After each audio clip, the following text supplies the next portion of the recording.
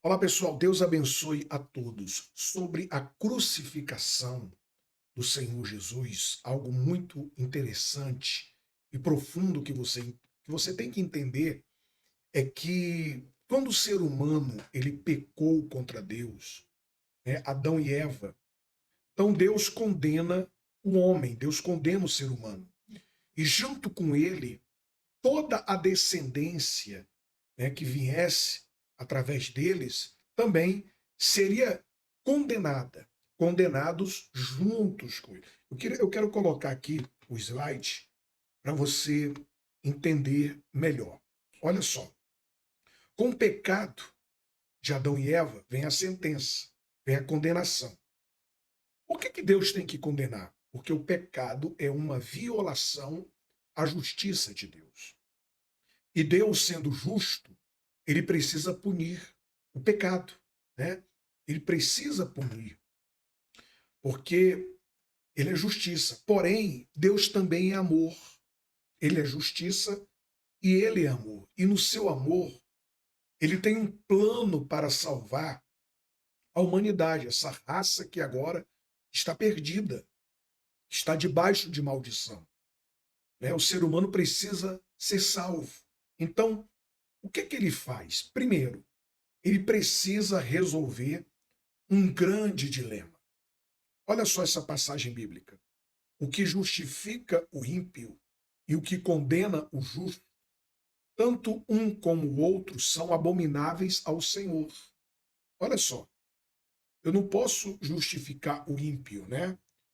E como é que eu vou condenar o justo se ele é justo? Então, tanto um como o outro é uma abominação ao Senhor. Então, eu não posso absolver o ímpio nem condenar o justo. Né? Como Deus vai absorver o ímpio sem ser uma abominação? Como é que Deus vai fazer isso? Né? Como é que eu vou salvar o ímpio, perdoar o ímpio, sem ser uma abominação? Porque ele merece ser julgado, ele merece sofrer o dano. Né? Então, o transgressor, o infrator, ele merece a pena da condenação. Se o juiz é justo, ele não pode abrir, por exemplo, as grades das prisões e falar assim, ó, estupradores, assassinos, todos vocês podem sair porque eu sou um juiz muito bom. Não, o Senhor não é bom, esse juiz não é bom.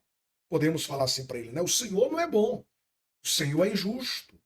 Porque como é que pode o Senhor passar a mão na cabeça desses infratores? É ou não é verdade? Então, esse é o grande dilema. Como que um Deus justo salva pecadores injustos sem deixar de ser justo? Como é que ele vai fazer isso? Ele não pode simplesmente perdoar, senão ele vai estar passando por cima da sua justiça. Então, como é que ele resolve essa situação? Olha só, Jesus Cristo muda tudo. A cruz de Cristo, a crucificação do Senhor Jesus. Quer dizer, os pecados dos homens têm que ser punidos, sim, ponto. Agora, o plano de Deus é enviar o seu filho, né, que era Deus, que é Deus, para se tornar homem e nos substituir morrendo na cruz. Na cruz, ele leva os nossos pecados. Né? E Deus, por ser justo, ele tem que punir os pecados. E ele pune, ao invés de punir os pecados em nós, ele pune em Cristo. Na cruz, o Senhor Jesus leva os nossos pecados sobre ele. Tá dando para entender? É como é como se você e eu fôssemos levados a um tribunal, né? Então eu sou condenado por um exemplo, eu sou condenado por vários crimes que eu cometi. E ali no julgamento eu confessei os meus crimes. Eu sou culpado. E veio a sentença é a morte. Aí alguém entra no tribunal e fala assim, ó, ei, o Vlad, levante-se. E ele senta no meu lugar e ele olha para o juiz e fala, pode continuar, meritíssimo. O juiz diz assim: ué, você está assumindo os crimes do Vlad? E ele fala assim: sim, eu estou assumindo. Mas se você assumir os crimes do Vlad, você vai ter que arcar com a punição. E ele fala assim: eu arco. Mas meu sujeito, a pena é a morte. E ele fala assim: eu morro pelo Vlad. Então aquele homem é executado no meu lugar. Porque o Estado, ele quer justiça, né, pelos crimes. A justiça tem que ser satisfeita, né? Ou será satisfeita comigo ou com qualquer outro, mas tem que ser satisfeita. Foi isso que Jesus fez. Ele tirou todos nós do banco dos réus. Ele olhou para Deus, o juiz, né? E o Pai, e diz assim: cobra o pecado de todos eles de mim. Mas, meu filho, se você tomar o lugar deles, você vai se fazer culpado como eles eu faço. Mas você vai pagar a penalidade máxima. Eu pago. Quer dizer, essa é a mais bela história de amor que o mundo já ouviu. O sacrifício de Deus, né, para nos salvar. Então, o plano é perfeito e para esse plano ser executado deveria ser feito por um homem perfeito. Só um homem perfeito poderia nos substituir. O que é um homem perfeito? Um homem que nunca pecou. Então Deus ele olha assim para a terra, ele olha para Adão, para Abel, para Caim, ele olha para Abraão, para Isaac, não encontra ninguém. Ninguém perfeito. Jacó, Moisés, né? Vai passando as eras, ele não encontra ninguém. Não tinha essa classe na terra, alguém perfeito.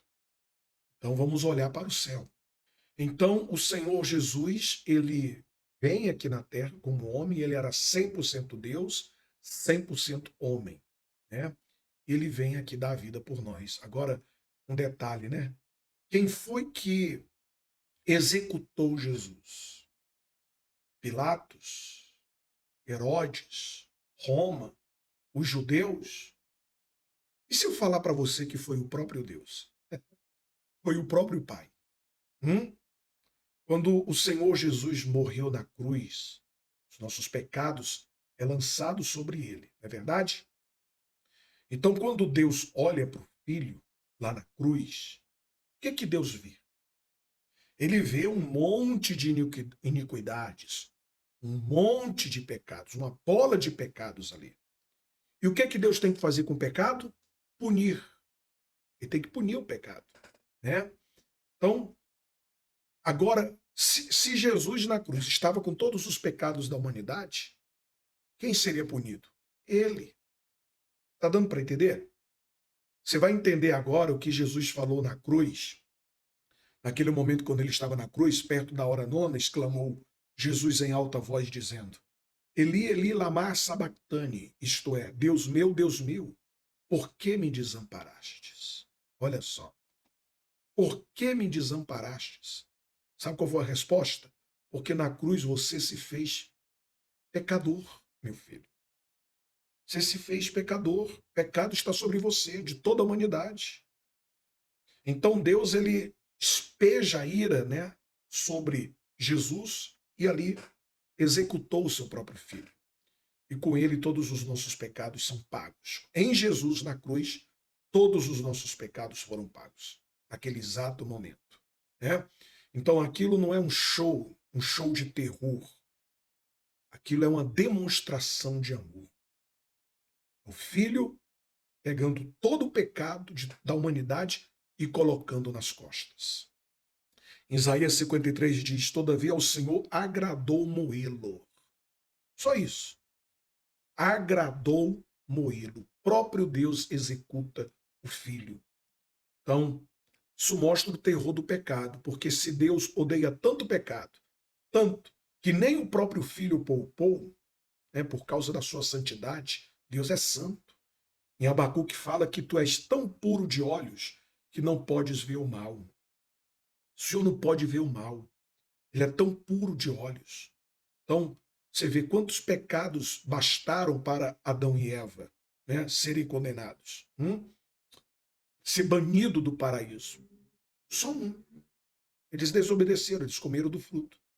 Então o pecado, ele é contrário à natureza de Deus, né? O Deus não pode ser conivente com o pecado. Para você entender melhor, pense num míssil teleguiado. Imagine a ira de Deus, é o míssil teleguiado, né? E esse míssil está programado para ir onde está o pecado. Onde era que estava o pecado quando Jesus estava na cruz? Nele mesmo. Então, a ira foi como um míssil teleguiado. É como, um outro exemplo, é como, imagina a Terra, né? Agora imagina um meteoro vindo sobre a Terra. Olha essa imagem, um meteoro vindo sobre a Terra, né? Com a velocidade da luz. Vai colidir com a Terra, vai transformar tudo em pó, né? Então, alguns minutos antes dela se chocar com a Terra, um muro, um muro fica entre o meteoro e a Terra. E aí o meteoro se colide com esse muro e o muro se despedaça, né? Ele se despedaça. Mas nem o estilhaço toca na terra. Nem o estilhaço toca na terra. Então, a ira de Deus era um meteoro que estava vindo sobre o homem para esmagá-lo, né, na terra, puni-lo pelos seus pecados. Aí o Senhor Jesus se coloca entre nós, a terra e o meteoro, e ele abre os braços, né, um para a esquerda e outro para a direita, e aquela ira vem sobre ele. E ele diz: está consumado. Em tuas mãos entrego o meu espírito. E ele morre por nós. Então, esse é o amor de Deus. A maior expressão de amor que esse mundo já viu. Tá certo? Deus abençoe a todos vocês. Até o próximo vídeo.